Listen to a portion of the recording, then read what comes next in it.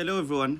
Sengibuyile njengoba benginithembisile ukuthi ngizonifundela uchapter 3 webook lami iTraditional Money versus Cryptocurrency. Uchapter 3 uCrypto Trading 101. Ungakhohlwa maseli lonke linama chapter awu10 plus nequiz ezokusiza ukuthi ufunde ngecrypto. Asiqaleni ngo. Chapter 3 Crypto Trading 101 Types of Crypto Markets. I-traditional finance ine-foreign exchange, aka Forex, ila khona ekutradewa ama-dollar, ama-randi, nama-pound. Ne-crypto naye inayo i-market efana njengayo i-Forex exchange. E-crypto khona ila uthola ama-tokens asetshenziswa ukuthi uthenge ngawo. Sine-Bitcoin, sine-Ethereum, sine-Litecoin, sine-DAI, akhona namanye kodwa adume kakhulu ila engiwafakile. Okay, asiye back ngala kwi-traditional finance. I-stock market, ngiyathemba ukuthi uyawazi i-stock market ukuthi kwenziwani.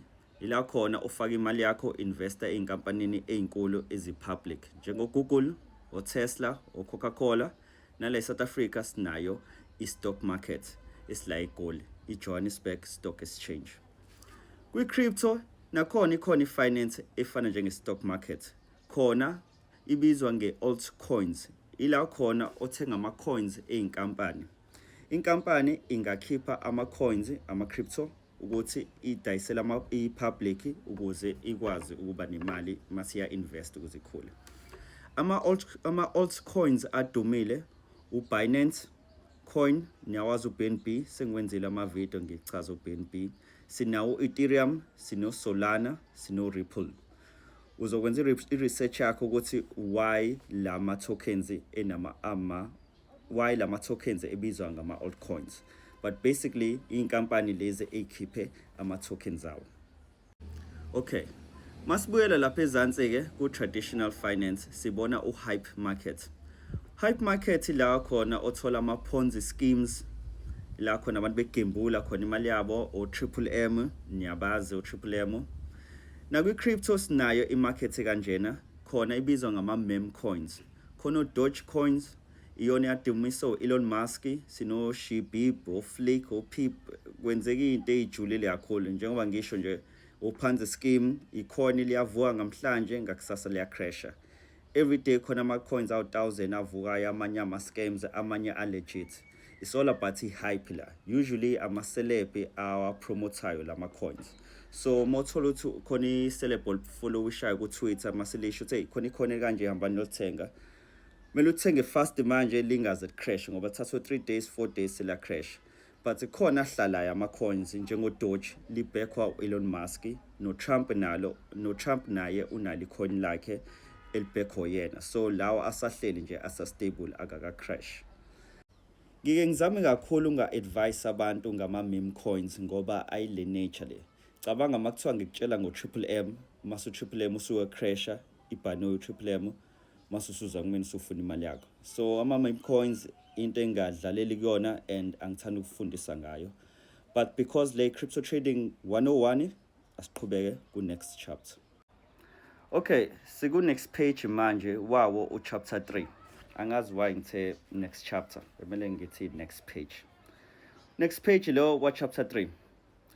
Okay, so uyazi manje ukuthi u-crypto nawo ama-finance awu-3, ama-markets awu-3, which is u-cryptocurrency, altcoins, nama-meme coins. Lo ubuke as level 1, level 2, level 3.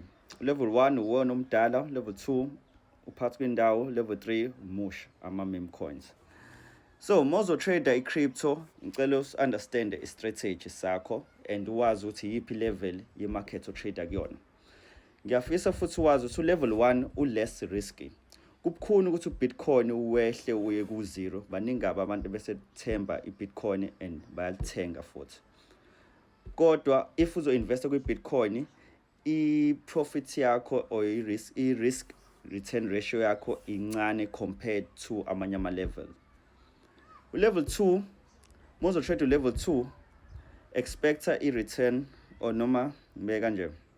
Kokubuyela back ku cryptocurrency ku level 1. Level 1 mozo investor kuona expect a return within 18 months. Right?